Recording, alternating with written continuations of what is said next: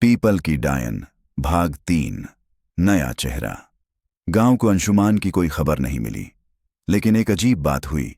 जब भी रात में बारिश होती, गांव के कुएं से किसी आदमी की हंसी सुनाई देती।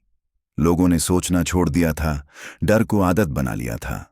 पर फिर आया प्रोफेसर नीरज, एक प्राचीन भाषा और तंत्र विद्या का जानकार, जो विनय और अंशुमान की गुमशुदगी पर रिसर्च करने आया। नीरज ने गांव में सबसे पहले वही पीपल का पेड़ देखा, एकदम सामान्य, जैसे कुछ हुआ ही ना हो। पर रात होते ही जब वह पुराने मंदिर की दीवार पर बैठा, तो देखा कि सामने का कुआं खुद ब खुद कांप रहा है। जैसे ही वह पास गया, कुएं से किसी आदमी की टूटी हुई आवाज आई, मत जा, वो अब मैं नहीं हूं। नीरज समझ गया, अंशुमान जिंदा है, पर शायद अब वैसा नहीं रहा। अगले दिन उसने गांव के सबसे बूढ़े आदमी दादू राम निवास से बात की। दादू ने कांपती आवाज में कहा, जिस पर डायन का साया आ जाता है, वो फिर इंसान नहीं रहता, बस देह बचती है, आत्मा उसी की हो जाती है।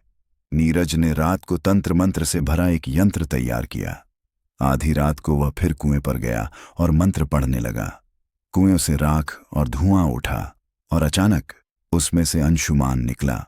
पर अब उसकी आंखें काली थीं, उसकी जुबान पर तांत्रिक लकीरें उकेरी हुई थीं।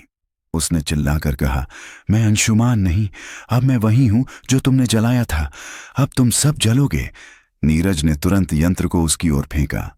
जमीन कांपने लगी, पेड़ झुकने लगे और हवेली की जली हुई दीवारें फिर से बनने लगीं। डायन की आत्मा गूंजने लगी, मेरे शाप को कोई नहीं मिटा सकता, हर पीढ़ी में एक नया चेहरा मेरा होगा। वो चेहरा अब अंशुमान का था। अंत नहीं, अब ये तुम्हारी बारी है।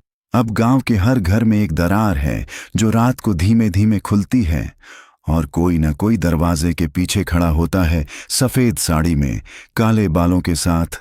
नया चेहरा, वही आत्मा।